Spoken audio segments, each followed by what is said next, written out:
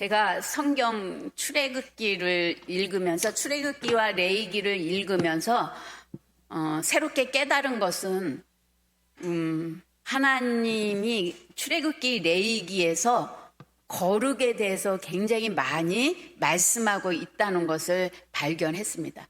하나님은 성경 가운데 정확한 수치는 아니지만 학자들이 조사한 결과 성경에는 거룩이라는 내용과 관련된 그 단어가 800개가 넘게 나온다고 그러더라고요.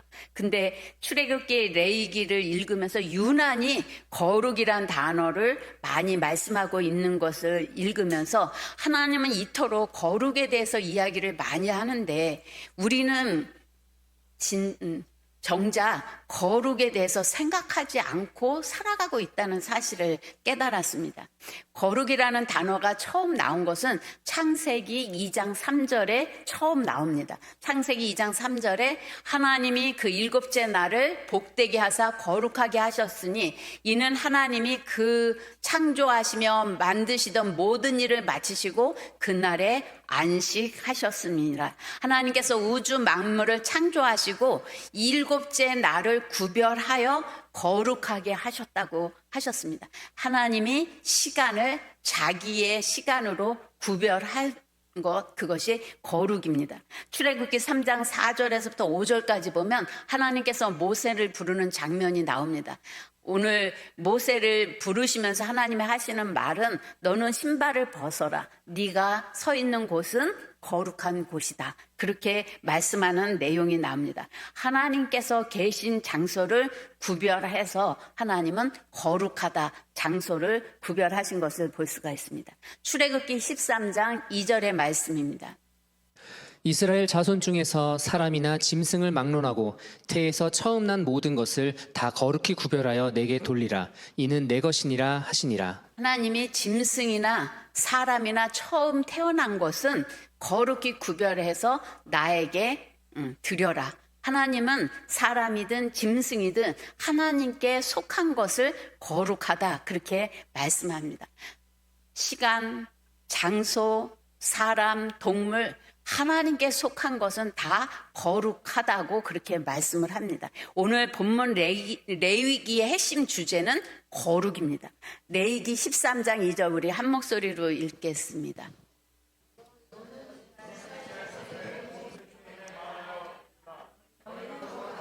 이는 나 여호와 너의 하나님이 거룩함이니라. 내가 거룩하니 너희도 거룩해라. 우리가 거룩해야 되는 이유는 하나님이 거룩하기 때문에 너희도 거룩하라. 그렇게 말씀하고 있습니다. 하나님의 속성 중에 가장 으뜸이 되는 속성은 거룩입니다. 레위기에는 거룩함과 연관된 명사, 형용사, 동사 모두 합치면 261번이나 언급된다고 합니다. 이것은 하나님이 거룩하심으로 부르심을 받은 이스라엘도 거룩하게 살아야 한다는 것을 말씀하고 있습니다.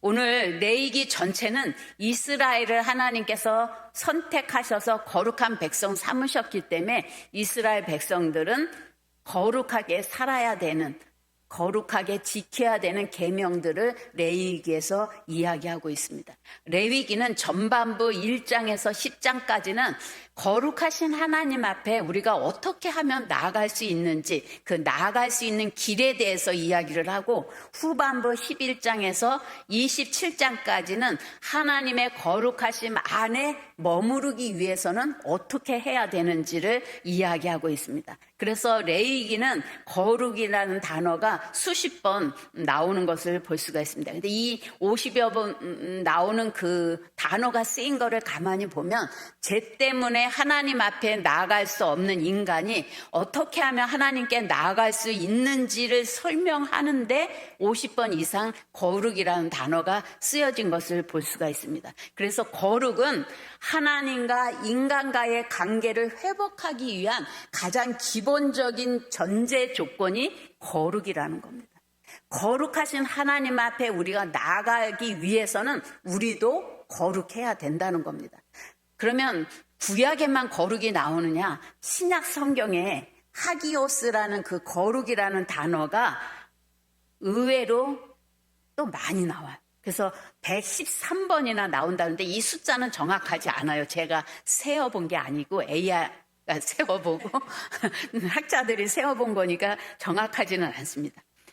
어쨌든 레위기는 하나님께 나아가는 길을 설명하면서 특별히 제사법을 이야기하고 있어요.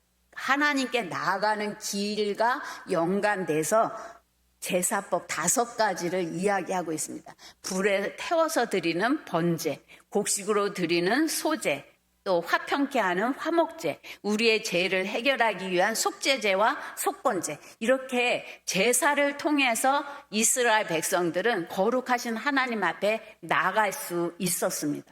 구약에서는 거룩하신 하나님 앞에 나가기 위해서는 짐승의 피를 흘려서 거룩한 하나님 앞에 나갈 수 있었는데, 신약에서는 예수님께서 단번에 피 흘려 주심으로 말미암아 우리는 매번 짐승을 피를 가지고 하나님께 나아가는 것이 아니라 예수님의 피를 의지해서 하나님께 나아갈 수 있는 길이 열린 것을 볼 수가 있습니다. 우리 히브리서 7장 26절에서 27절입니다. 이러한 대제사장은 우리에게 합당하니 거룩하고 악이 없고 더러움이 없고 죄인에게서 떠나 계시고 하늘보다 높이 되시니라. 그는 저 대제사장들이 먼저 자기 죄를 위하고 다음에 백성의 죄를 위하여 날마다 제사 드리는 것과 같이 할 필요가 없으니 이는 그가 단번에 자기를 드려 이루셨습니다.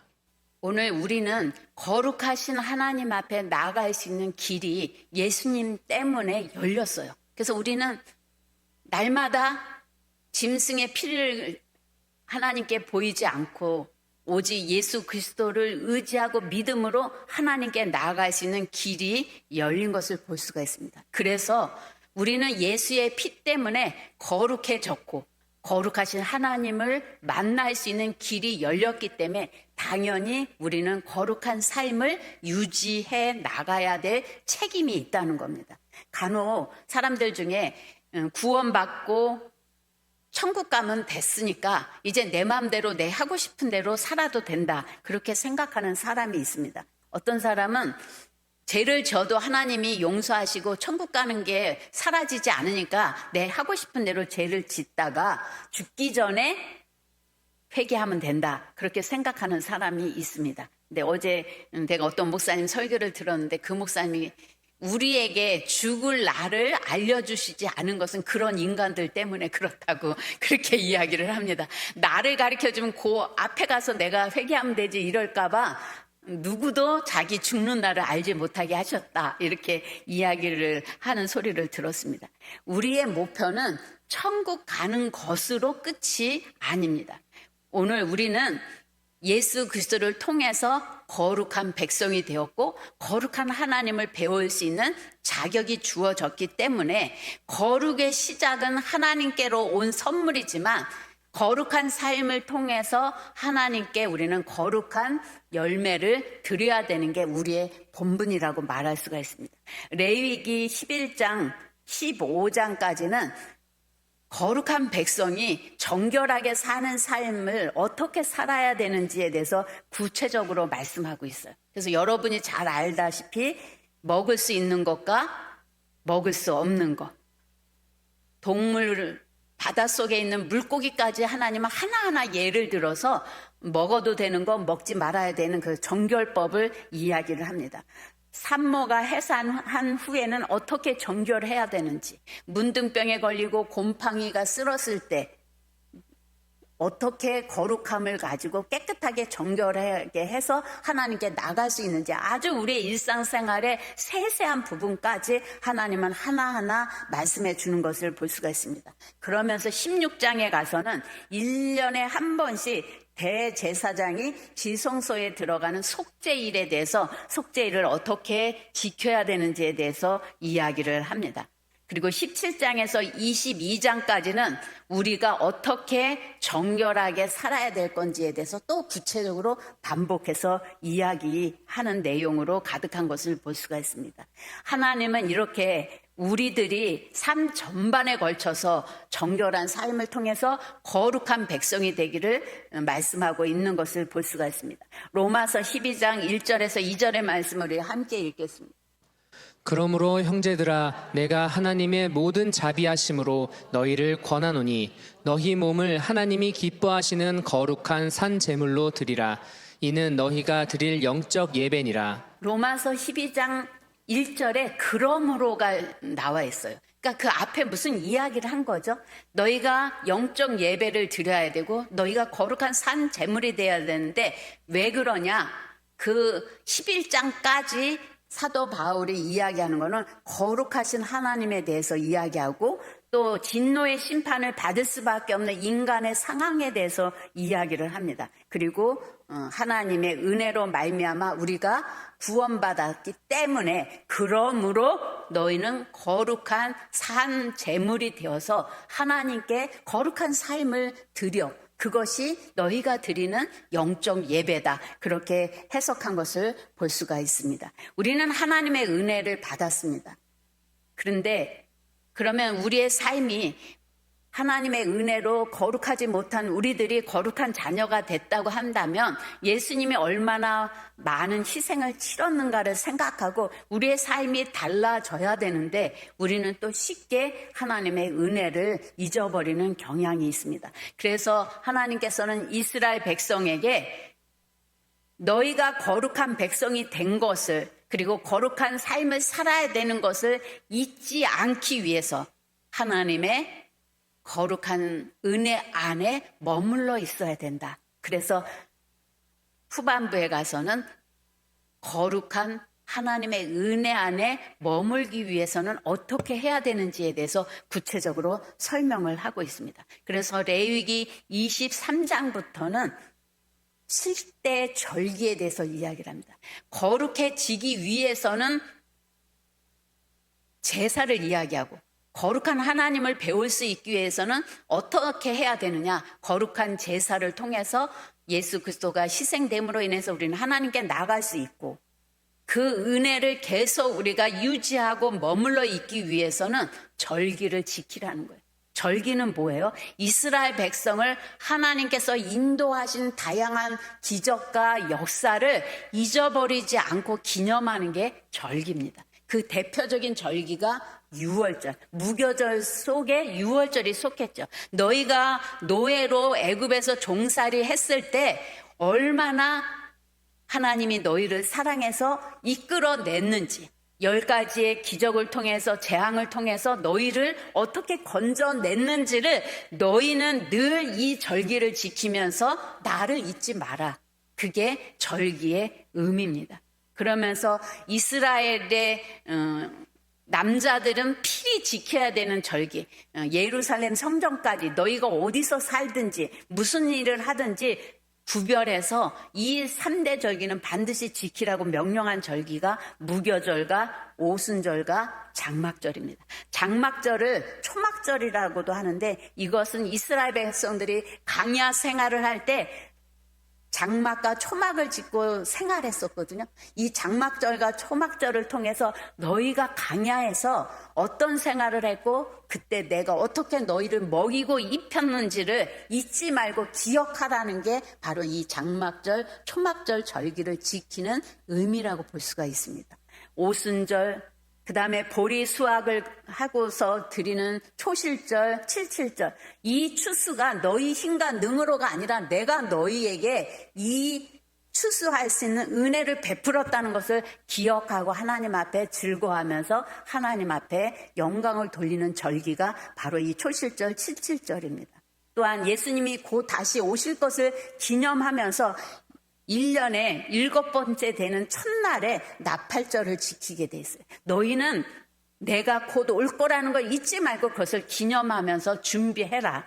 그리고 7번째 열흘날은 대속죄일을 그래서 지성소로 대제사장이 들어가는 절기가 있습니다. 이처럼 하나님께서는 하나님이 베풀어 주신 은혜를 쉽게 망각하는 이스라엘 백성에게 절기를 통해서 내가 너희에게 어떻게 베풀고 이끌고 너희와 함께 했는지를 잊지 말고 이 절기를 지키라고 이야기를 합니다. 그러면서 레위기의 마지막 부분은 매주 갖는 안식일과 7년마다 갖는 안식년, 그 다음에 7년이 7번이면 77이 49, 50년째 되는 희년에 대해서 말씀을 하고 있습니다. 진정한 안식.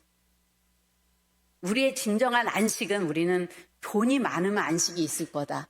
권세와 명예가 우리가 목표로 하는 그 모든 것들이 이루어지면 안식이라고 그렇게 생각할 수 있지만 이 절기를 지키면서 진정한 안식은 우리가 하나님의 은혜 안에 머물 때 참된 안식이 있다는 것을 깨닫게 하시기 위한 하나님의 말씀입니다. 그래서 레위기에 나오는 제사법, 제사장의 규례, 절기, 이 복잡한 모든 내용들이 레위기와 민수기에 많이 나와요. 많은 사람들이 생각하기는 왜 이렇게 복잡한 게 많이 있어? 근데 이것이 성경의 핵심이에요.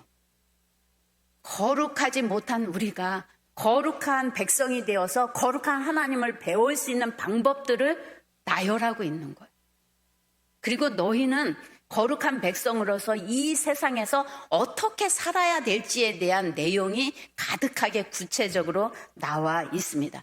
출애굽기 3장에서 하나님께서 모세를 부르시고 그가 해야 할 일을 구체적으로 말씀하신 것이 기록되어 있어요. 이 절기에 대한 내용, 제사법에 대한 내용은 모세의 아이디어가 아니에요. 하나님이 직접 말씀하신 것을 백성들에게 가르치고 선포한 내용인 것을 볼 수가 있습니다. 지금도 하나님은 우리를 구원하시고 하나님처럼 거룩한 자들이 되기를 갈망하고 기대하고 계세요. 요한복음 17장 17절을 우리 한 목소리로 읽겠습니다. 그들을 진리로 거룩하게 하옵소서. 아버지의 말씀은 진리니이다.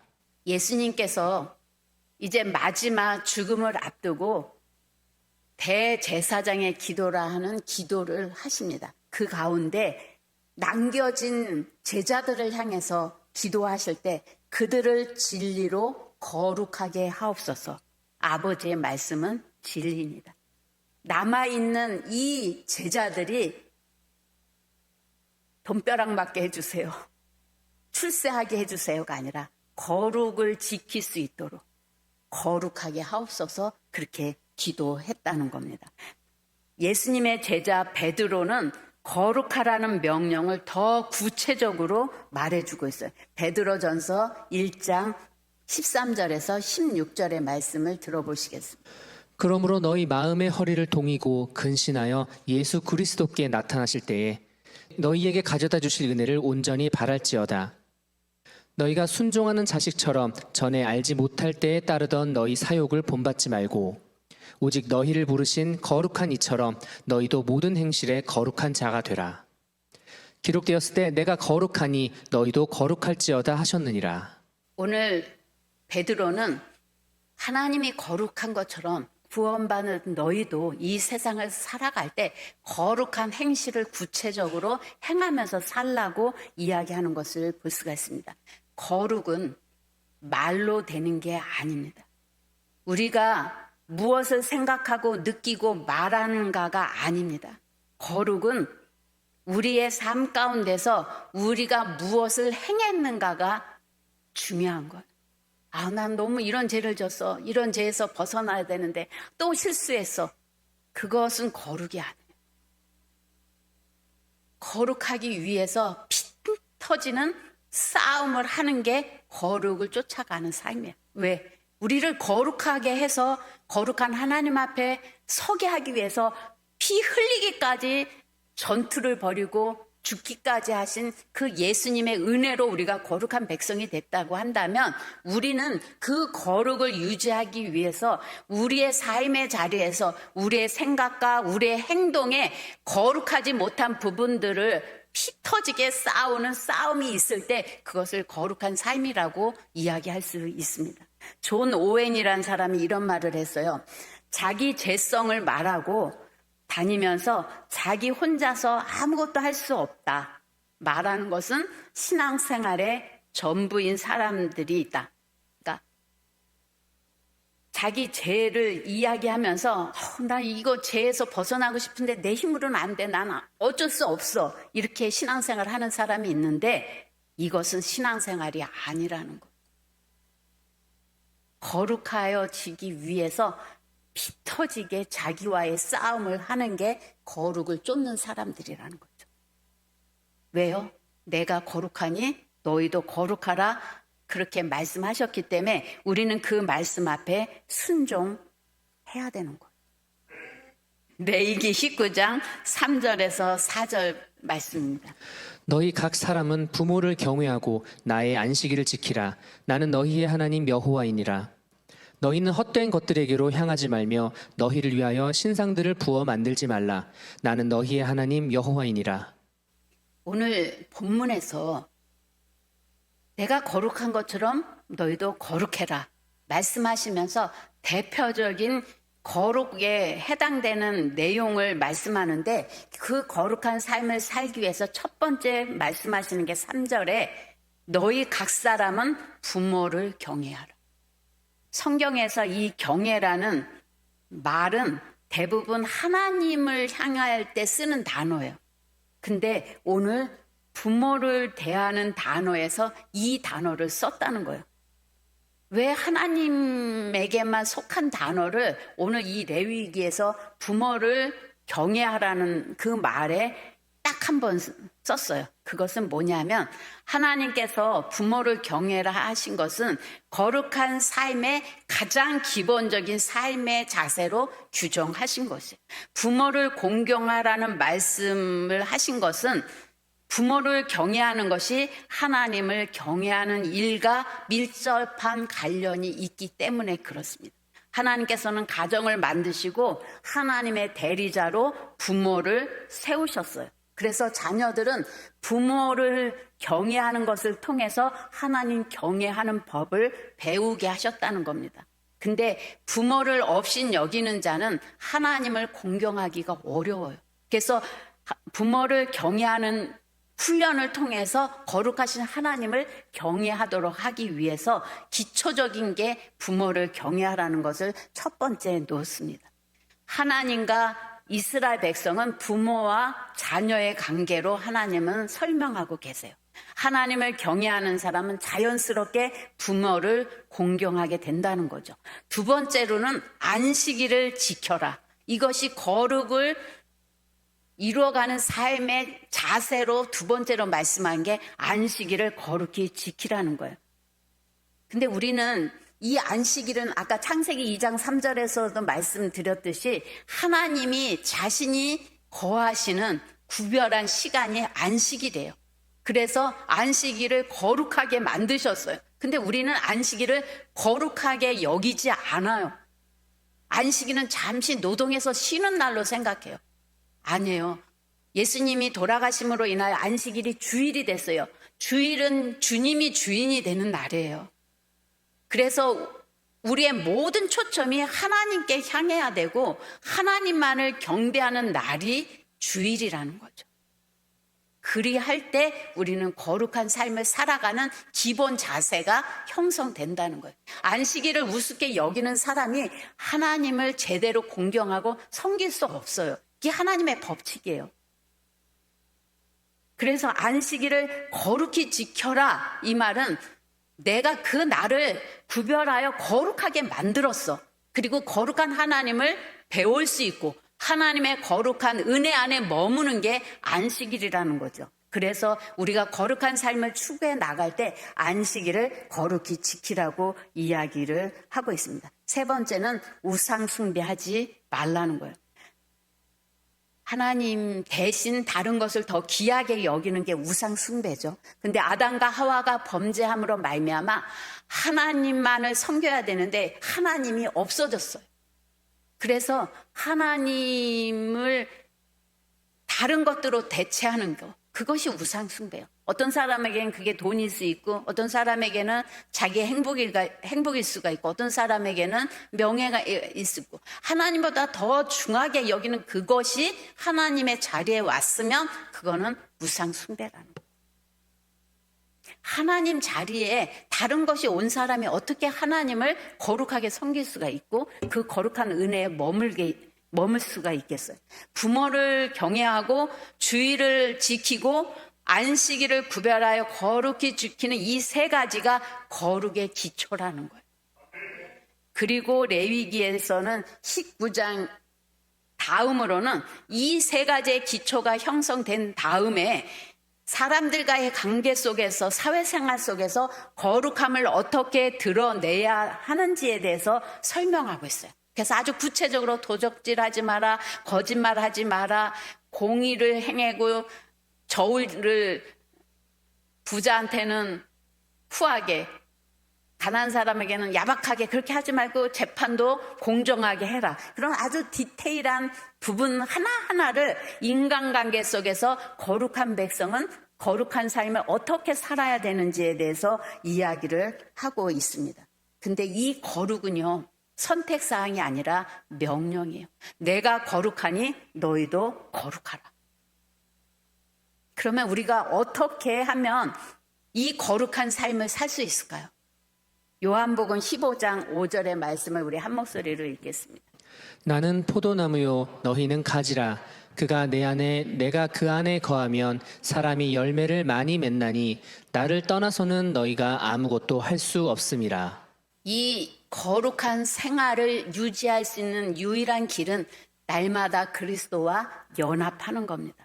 그래서 그리스도를 닮아갈 수 있는 힘을 그리스도로부터 공급받고 그 그리스도가 걸어간 그 길을 닮아가는 것이 바로 거룩을 행하는 여정이라고 볼 수가 있습니다. 그런데 이것을 이루기 위해서는 이 가정 속에서 매 순간순간 마귀와의 영적 싸움이 필수라는 겁니다. 우리가 거룩해지는 것은 거룩해져야지 마음 먹는다고 되는 게 아니라 피 터지는 마귀와의 영적 싸움을 싸울 때 거룩이 내 삶 가운데 나타나게 된다는 겁니다.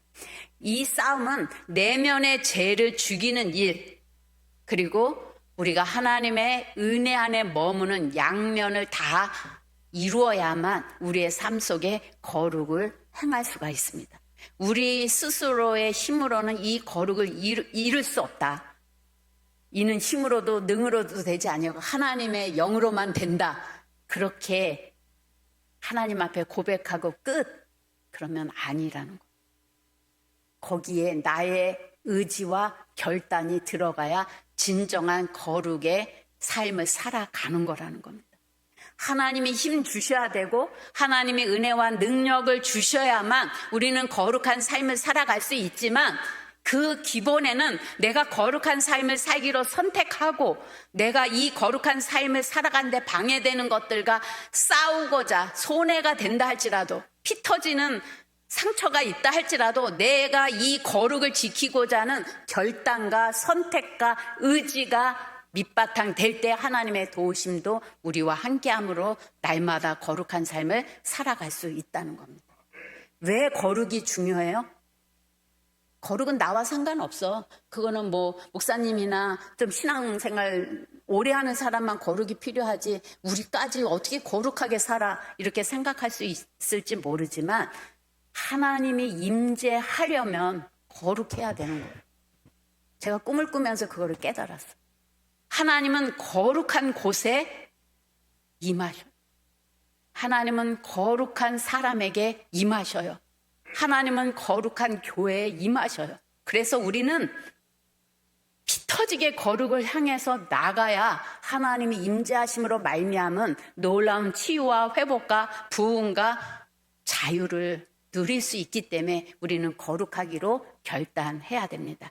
왜? 우리가 믿는 하나님이 거룩하고 그 하나님이 우리에게 너희도 거룩하라 명령하셨기 때문에 그렇습니다. 우리 이 시간 다 같이 통성으로 기도하실 때 하나님 나는 육신이 연약한 거로 세상이 악함으로 나는 어쩔 수 없습니다. 변명하고 타협했던 거, 합리화시켰던 것을 하나님 용서해 주시고 오늘부터 하나님이 나에게 말씀하시는 부분들에 대해서 거룩하기로 결단하고 싸우며 나아가는 우리들의 삶이 되게 하셔서 언제나 세상 끝날까지 항상 너희와 함께 하시겠다고 하신 그 하나님이 나와 함께하는 삶이 되게 하여 주시옵소서. 우리 이 시간 다 같이 통성으로 기도하겠습니다. 아버지 하나님 참으로 감사합니다.